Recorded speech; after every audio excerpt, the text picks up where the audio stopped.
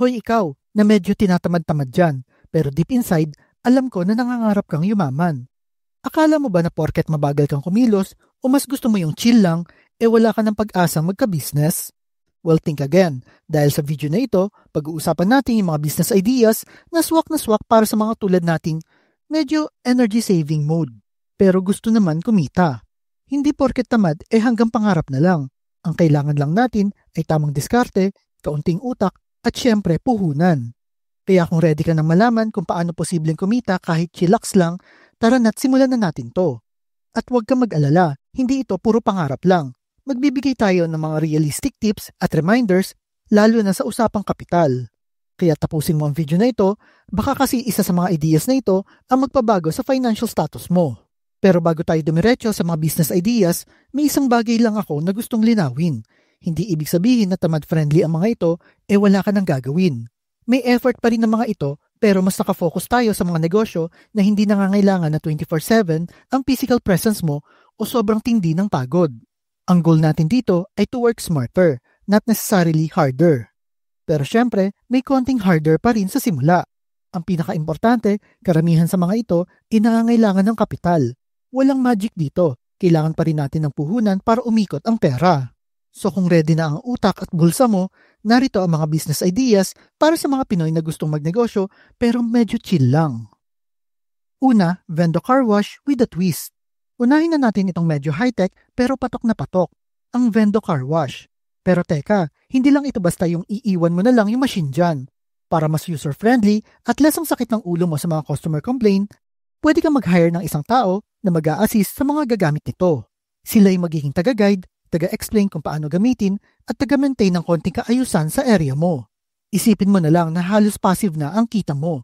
Ang machine mo na ang magtatrabaho at yung staff mo naman, minimal lang ang supervision at kailangan lang na matrain mo nang siya na maayos once at siya na ang bahala sa business mo.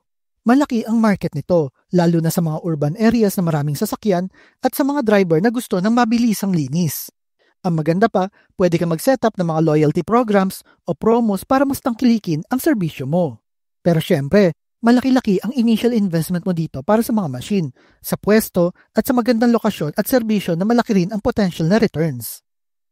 Ang pangalawa, delivery/ghost kitchen. Mahilig ka ba sa pagkain pero ayaw mong humarap sa customer? Ghost kitchen ang sagot dyan. Ito yung mga kusina na nakafocus lang sa delivery. Walang dine-in kaya walang masyadong kausap na tao. Pwede ka mag-specialize sa isang specific na lutuin tulad ng Korean fried chicken, healthy bowls, Pinoy comfort food, at kahit ano ang trip mo. Ang kailangan mo lang ay masarap na recipe, maayos na proseso sa kusina, at partnership sa mga food delivery apps. Pwedeng ikaw ang magluto dito, pero dahil nga sa tamad ka, pwedeng mag-hire ka na lang ng cook. Less overhead cost kumpara sa mga traditional na restaurant kasi hindi mo na kailangan ng magandang pwesto o maraming staff. Ang focus mo ay sa quality na pagkain at efficiency ng operations mo. Pwede ka magsimula kahit sa sarili mo munang kusina, basta't malinis at kumpleto sa gamit. Ang magiging challenge mo dito ay marketing, kaya kailangan mong palawakin ang social media presence mo para makilala ang brand mo. Pero once na pumatok na ito, tuloy-tuloy na ang order sa'yo. Ang pangatlo, vending machines. Kung gusto mo na negosyo na halos nagpapatakbo para sa sarili niya, vending machines ang para sa'yo. Isipin mo, maglalagay ka lang ng machine sa mataong lugar like schools, offices, terminals o hospitals, tapos babalikan mo na lang para kolektahin ang benta at mag-restock ng laman. So ano ang pwede mong ilaman? Pwedeng snacks, drinks, coffee o kahit anong produkto na sa tingin mo na babenta sa lokasyon na yon.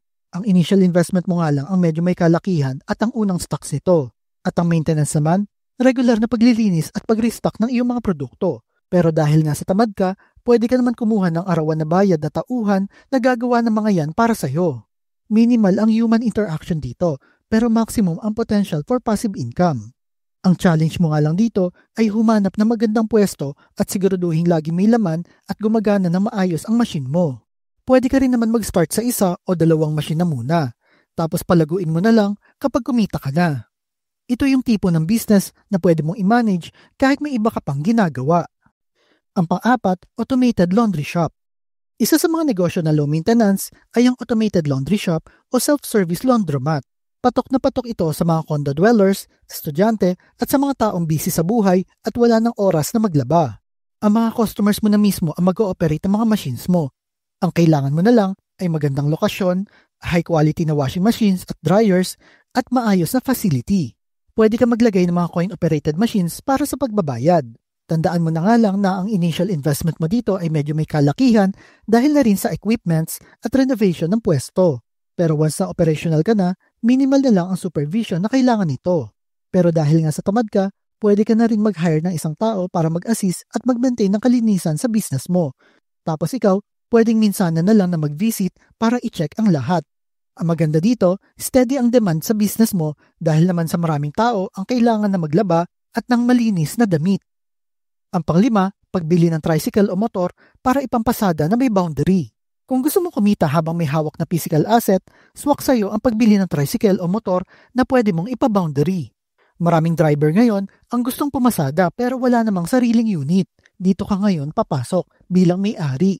Ikaw ang bibili ng unit at maghahanap naman pagkakatiwala ang driver na magbabayad sa'yo ng boundary araw-araw.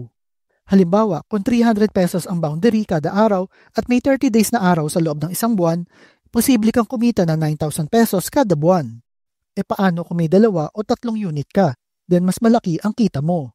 Pero tandaan mo na kailangan mo ng maayos na maintenance ng mga motor mo at mapagkakatiwalaan na driver. At kapag napatakbo mo ng maayos ang sistema na ito, pwede kang kumita kahit nagpapahinga ka lang sa bahay.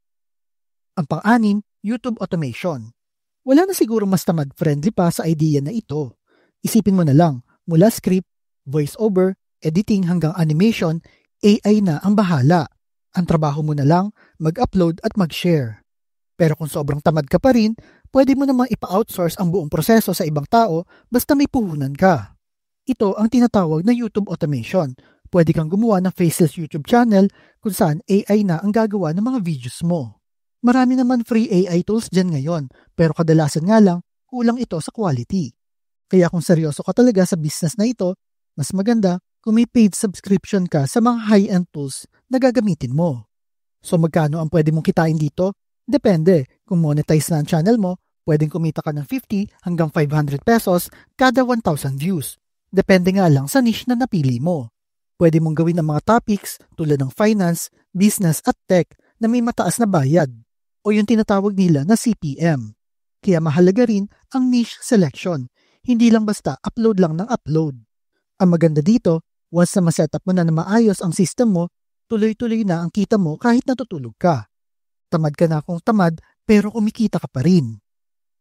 At ayan mga ka-chillax na entrepreneurs, sana marami kayong napulot na ideas at inspirasyon sa video natin ngayon. Tandaan mo nga lang na ang pagiging tamad ay hindi hadlang sa pag-asenso, basta't may tama kang diskarte, sipag sa tamang paraan at determinasyon. Hindi kailangan magpakapagod 24/7 para lang kumita. Ang importante ay mahanap mo yung business na swak sa personality mo, sa resources mo, at sa lifestyle na gusto mo. Sabi nga nila, ang pinakamagandang investment ay yung investment mo sa sarili mo, yung investment mo sa kaalaman mo at yung kakayahan mo na dumiskarte. Kaya huwag ka matakot na sumubok. Malay mo, yung simpleng idea na naisip mo habang nakahilata ka, yun pala ang magpapayaman sa'yo. At kung nagustuhan mo ang video na ito, bigyan mo ito ng thumbs up, i-share mo sa mga friends mo na tamad din pero gustong yumaman.